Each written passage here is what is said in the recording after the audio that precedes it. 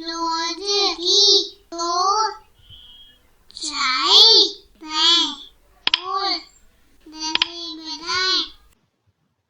दोस्तों, तो कैसे हैं आप सब। आज हम करने वाले हैं एक नया पाठ जो कि लिया गया आपकी पुस्तक सारंगी हिंदी भाषा की पाठ्य पुस्तक 1 से। तो जल्दी खोलिए इकाई 4 त्योहार और मेले का पाठ 14 बरखा और मेघा। जल्दी से खोलिए पृष्ठ संख्या 85 यानी कि 85। बरखा और मेघा। एक बार की बात है, 2 सहेलियां थीं, एक मुर्गी और एक बत्तख।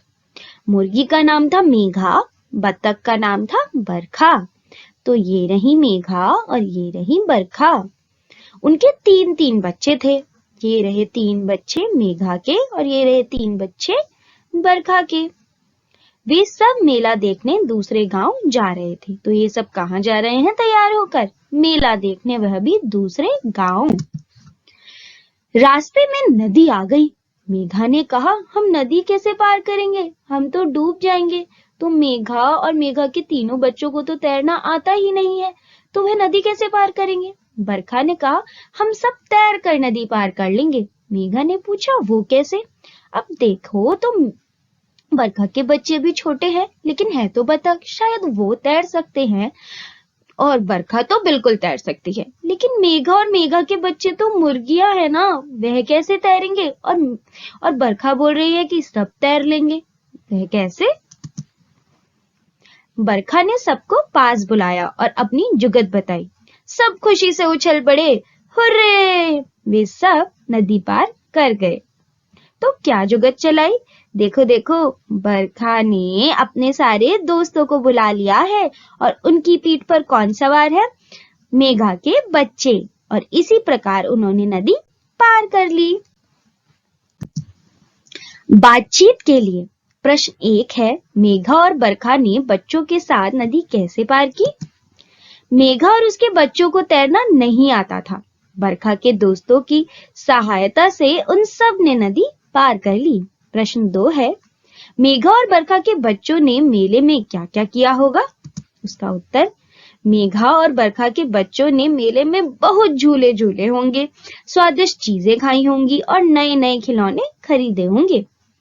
तीसरा है, मेले से घर लौटते समय मेघा और बरखा के बच्चे आपस में क्या बात कर रहे होंगे?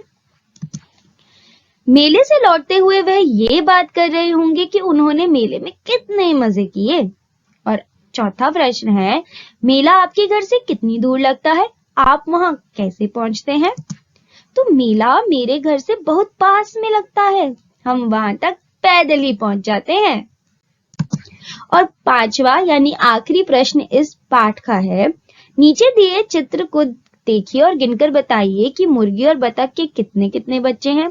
तो चलिए सबसे पहले गिनते हैं मुर्गी के बच्चे। तो यहाँ है ये मुर्गी के बच्चे। तो चलिए गिनते हैं।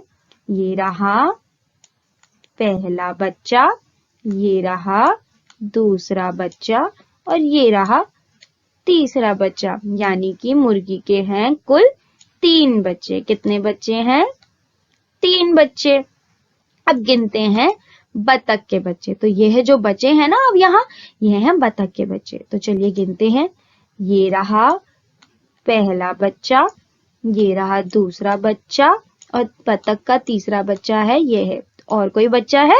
जी नहीं। तो इनके भी हैं हमारे 3 बच्चे। तो मुर्गी के कितने बच्चे हुए?